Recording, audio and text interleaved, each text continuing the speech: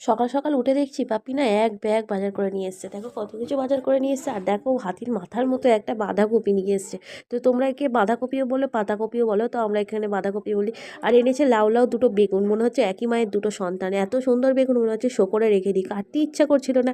এত সুন্দর বেগুন, মানে বেগুন দেখেই সত্যি রেখে দিতে ইচ্ছা করে, এত সুন্দর লাগছিল। আর এনেছে দুটো গাজর, আর এনেছে দেখো জিঞ্জার, এখানে নিয়ে এসছে মটরশুঁটি, পালং শাক, তো অনেক অনেক কিছু, আর একটা ছিল শিম।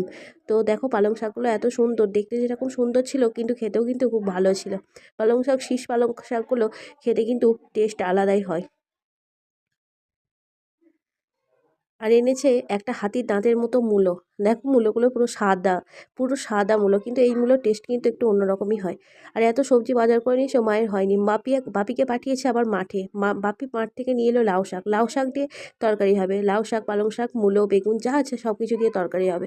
তো আমি সব সবজিগুলো একে একে সব কিছু বার করে নিচ্ছি, এবার আমি কাটতে বসে গেলাম। দেখো পালং শাক, কত বড় পালং শাকটা, আমি কিন্তু সব পালং শাকটা দেবো না, রেখে দিয়েছি, অনেকটা তরকারি হয়ে যেত। এই কটা মানুষ, এতটা তরকারি দিয়ে তো নষ্টই হয়ে যায় না। তো আমি যে পরের দিন হবে তার জন্য রেখে দিলাম। এতগুলো সবজি এনেছে, তো ধীরে ধীরে খেলে কোনো প্রবলেম নয়। আমি তো গুছিয়ে গাছিয়ে রেখে দিয়েছি সব সবজিগুলো, আর বাকি সবজিগুলো নিয়ে বসে পড়েছি কাটতে। দেখো গল্প করতে করতে আমার সবজিগুলো প্রায় কাটা হয়ে গেছে।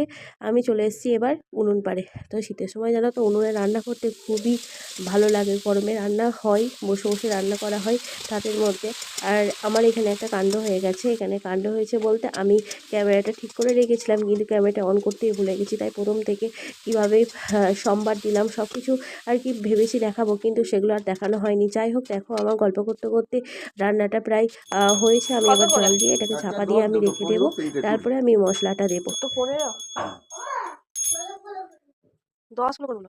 মানে একটা নিলে 10। ৫ টাকা করে না তো? ৫ টাকা নেই। এই বড় সাইজের মাল আছে, বেশি দামে দিচ্ছি। একটাই দিন। কোনটা? কোনটা একটা কোনটা? দাও, এগুলো দাও।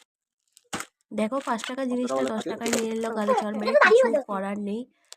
দেখো কত ছোট প্যাকেট, তাও বলছে ১০ টাকা করে। যাই হোক, বয়স্ক মানুষ বিক্রি করতে এসছে, কোনো ব্যাপার না। আর মেয়েও খাওয়ার জন্য কাঁদছিল।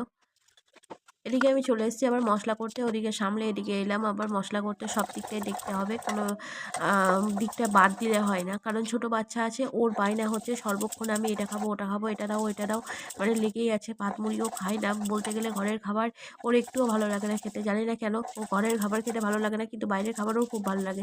যাই আসুক, যাই মানে দিতে হবে ওকে কিনে।